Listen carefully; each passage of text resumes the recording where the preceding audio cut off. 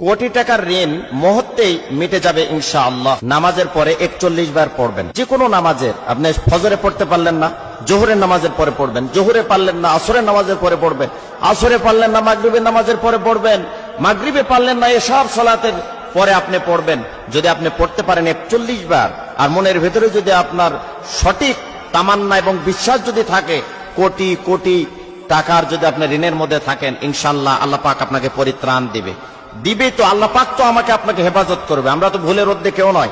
আমাদের চলাফেরা, ওঠা বসা, ব্যবসা বিজনেস করতে গিয়ে অনেক সময় আমরা ভুল করে ফেলি, আমাদের আইডিয়ার বাইরে চলে যায়। আমরা মনে করি ব্যবসা ক্ষেত্রে যদি এত টাকা ইনভেস্ট করি তাহলে মনে হয় যে আমি লাভবান হতে পারবো, কিন্তু আপনার আয়ত্তের চাইতে আপনি লক্ষ লক্ষ টাকা, কোটি কোটি টাকা সেখানে ইনভেস্ট করলেন, এবং বেশি টাকা আপনি সেখানে ইনভেস্ট করার কারণে কোনো কারণে আপনার ব্যবসায় লস হলো, আপনি সেখানে পারলেন না।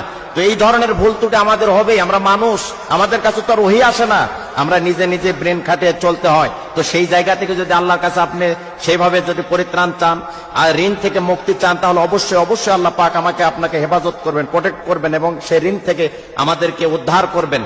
কারণ মালিক কখনো ফিরিয়ে দিবে না। মানুষের কাছে যান, বিরক্তি হতে পারে, মানুষের কাছে যান, আপনাকে ধমক দিতে পারে, কিন্তু আল্লাহ রাব্বুল আলামিন আমাকে আপনাকে অবশ্যই অবশ্যই এখান থেকে উদ্ধার করবে।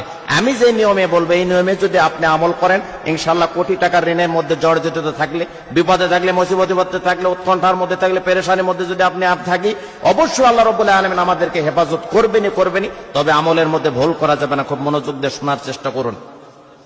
ঋণ এমন একটি জিনিস যে মানুষকে শান্তিতে থাকতে দেয় না, ডিপ্রেশনে ফেলে দেয়, খাবার রুচি নষ্ট করে ফেলে দেয়। আপনার সামনে হাজারো আইটেমের খাবার দাবার আছে, কিন্তু আপনাকে ভালো লাগবে না যদি ঋণের বোঝা আপনার মাথায় থাকে।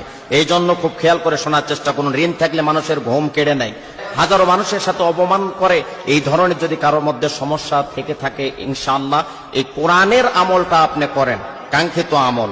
পৃথিবীর মধ্যে একটা নির্ভেজাল, ফরমানিল মুক্ত একটি কিতাব কোরআনুল কারীম, সেখান থেকে আমি প্রেসক্রিপশন করছি, সেখান থেকে চিকিৎসা দিচ্ছি। ইনশাআল্লাহ আমল করলে যথাযথ আপনি কাঙ্ক্ষিত ফলাফল পাবো। এশার নামাজের পরে করলে আমলটা বেশি ভালো হয়। যদি কোনো কারণে এশার নামাজের পরে না পারেন, তাহলে অবশ্যই আপনি অন্য নামাজের পরে করবেন। দোয়াটি হচ্ছে, এই আয়াতটি হচ্ছে, আল্লাহু নূরুস সামাওয়াতি ওয়াল আরদ, আল্লাহু নূরুস সামাওয়াতি ওয়াল আরদ। এটা এশার নামাজের পরে 41 বার পড়বেন, আর মনে মনে বিনয়ের সাথে, নম্রতার সাথে আল্লাহর কাছে বলবেন যে মালিক, আমাকে অবশ্যই ঋণমুক্ত করো, তুমি আমার সম্মান ইজ্জত রক্ষা করো, মানুষের সামনে বেয়াজ্জিত করো না, লাঞ্ছিত করো না, অপমানিত করো না। যদি কাঙ্ক্ষিত ভাবে আপনি নত হয়ে নম্র ভাবে আপনি বিনয়ের সাথে মালিককে মেসেজ দিতে পারেন, ইনশাআল্লাহ কোটি টাকার ঋণ থাকলেও মুহূর্তের মধ্যে আপনি ঋণ থেকে মুক্তি পাবেন।